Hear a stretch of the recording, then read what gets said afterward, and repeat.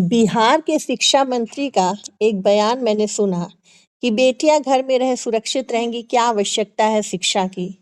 मतलब उनका तात्पर्य ये है कि आधी आबादी अशिक्षित रहे। कभी कांग्रेस ने कहा था कि बेटा पढ़ेगा तो एक कुल पढ़ेगा और बेटियां पढ़ेंगी तो दो कुलों की वृद्धि होगी, दोनों कुल शिक्षित होंगे। मीन्स भाजपा की मोनोपोली क्या है कि ये उनको इतना अशिक्षित, उनको उस लेवल पे लाके खड़ा कर दो कि वो परिसीमन और आरक्षण बिल के अंतर को ही न समझ पाए।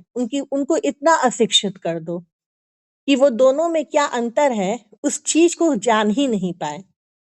हमारे देश में क्या चल रहा है समझ में नहीं आ रहा है।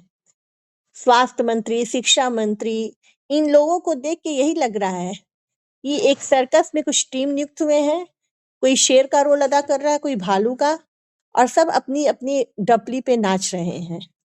तो मेरा देश की बेटियों से ये आग्रह है कि आप उनसे ये पूछिए कि अगर हम अशिक्षित हो जाएंगे तो क्या हमारा परिवार शिक्षित रहेगा।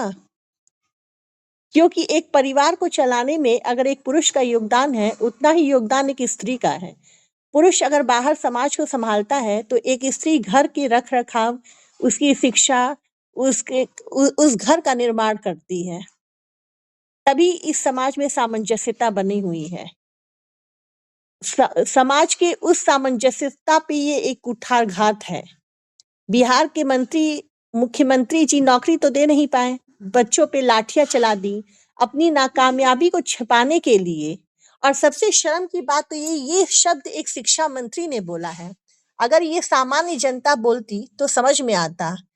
जिस पे पूरे राज्य की शिक्षा का भार है, उसकी ये मानसिकता है, तो क्या वो इस योग्य है कि वो शिक्षा मंत्री के पद पे रहे? और नहीं है तो बिहार की जनता को उसे कुर्सी से खुद उतार के उसको उसकी जगह पे पहुंचा देना चाहिए। धन्यवाद।